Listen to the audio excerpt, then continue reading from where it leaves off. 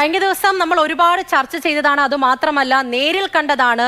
നടു റോഡിൽ, ഇവിടെ തിരുവനന്തപുരം വഞ്ചൂരിൽ നടു റോഡിൽ സ്റ്റേജ് കെട്ടി പാർട്ടി സമ്മേളനം നടത്തിയപ്പോൾ എത്രത്തോളം വലിയ ബുദ്ധിമുട്ടാണ് പൊതുജനങ്ങൾക്കുണ്ടായതെന്ന്. എന്തായാലും ഇപ്പോൾ കഴിഞ്ഞ ദിവസം ആ വേദിയിൽ പ്രസംഗിച്ച CPM സംസ്ഥാന സെക്രട്ടറി കാര്യങ്ങളെല്ലാം വിമർശിച്ചുകൊണ്ട് മാധ്യമങ്ങൾ വാർത്ത നൽകിയപ്പോൾ അതെല്ലാം ഇപ്പോൾ മാധ്യമങ്ങളുടെ തലയിൽ കെട്ടിവെക്കുന്ന രീതിയിലാണ് സംസാരിച്ചത്. ജനങ്ങൾക്ക് ഈ വിഷയത്തിൽ എന്താണ് പറയാനുള്ളതെന്ന് കേൾക്കാം.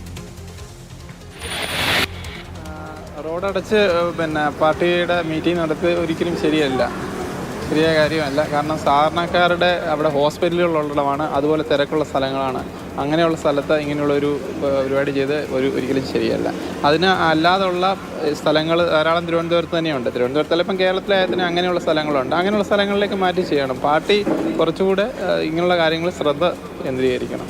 റോഡ് തടഞ്ഞുകൊണ്ടുള്ള ഒരു സമ്മേളനത്തിനെയും ഒരു പരിപാടിനെയും ഞാൻ അനുകൂലിക്കുന്ന ഒരാളല്ല. കാരണം റോഡ് നിന്ന് നമുക്ക് പര്യാപ്തമായ വിധത്തിലുള്ള റോഡുകളില്ല.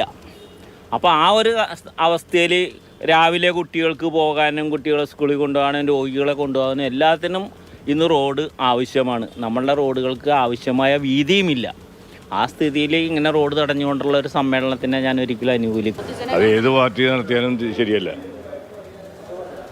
ഏത് പാർട്ടിയായാലും പൊതുജനങ്ങളെ ശല്യപ്പെടുത്തരുത്.